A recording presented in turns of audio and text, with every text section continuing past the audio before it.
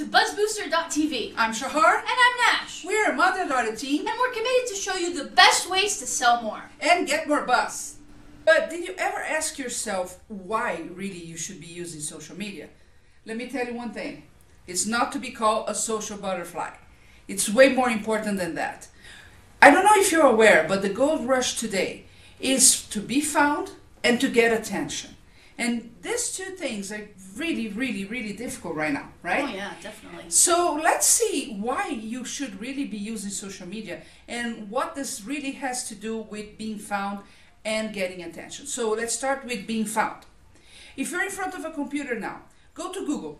Google? Yeah, easy. Google.com. The biggest search engine on earth so far. The new yellow pages. Yes. So type something like how to bake a cake. Okay? Well, see the results. What do you see there? Do you see that most of the first results are social media related, like Wiki? Yes. And then what else do you see? A video. Yes, you see videos there. Did you know that Google benefits videos and pictures more than anything else? Not only that, you could have your video ranking for very competitive keywords, like real estate, for example, in just a matter of hours. Yeah. Extremely important if you're trying to be found. Now, see that Google is measuring social media networks to show in their search results because they think that things that people are talking about and are interacting with are way more important than just static websites. Okay? You can try another keyword. That's Let's right. try. Well, you know what? Try with your name. Put in your name. For instance, if we type in Shahar Boyayan's name, you notice that the very first top results are all, before her own website, are all social media related. It's Facebook, then you have Twitter, then you have a whole bunch of other things, and then her own website. Yes, this is what Google calls social graph.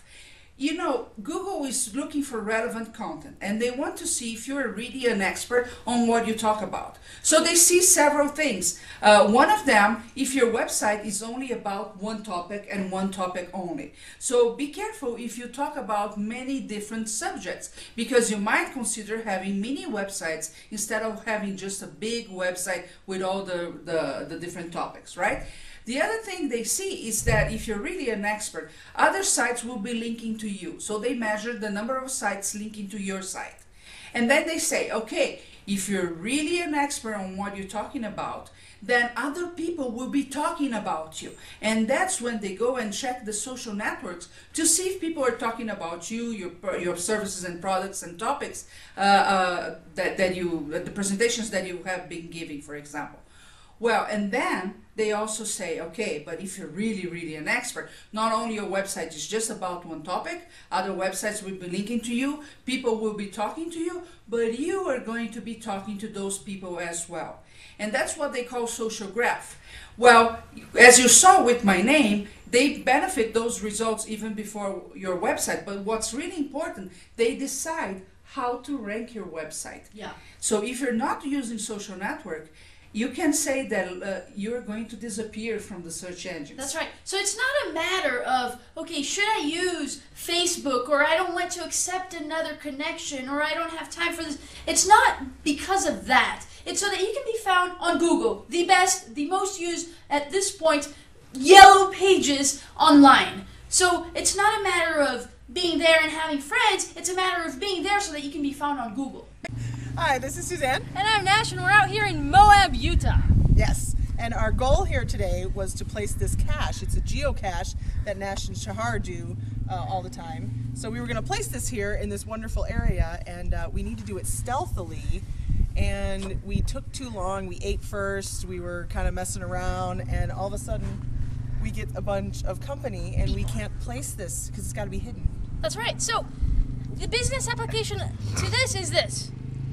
Focus on your goals first. Don't go and eat like we did and miss the opportunity. Go do your goals first. Get it done, get to business, and then go have fun. Yes. Okay. You know, there is a lesson to be learned here because we are off-roading and the Jeep went through a bump and Nashla just made a huge hole in her nose. Yeah, but you know, this is the same way. You never know what's going to happen. It can be tough sometimes, but you know, that's part of the game. And sometimes things get tough, sometimes it hurts a little bit, But you little? have yeah, a little. It's not me, right? so you know, you still have to keep playing. Yeah, so let's cheat! Hi.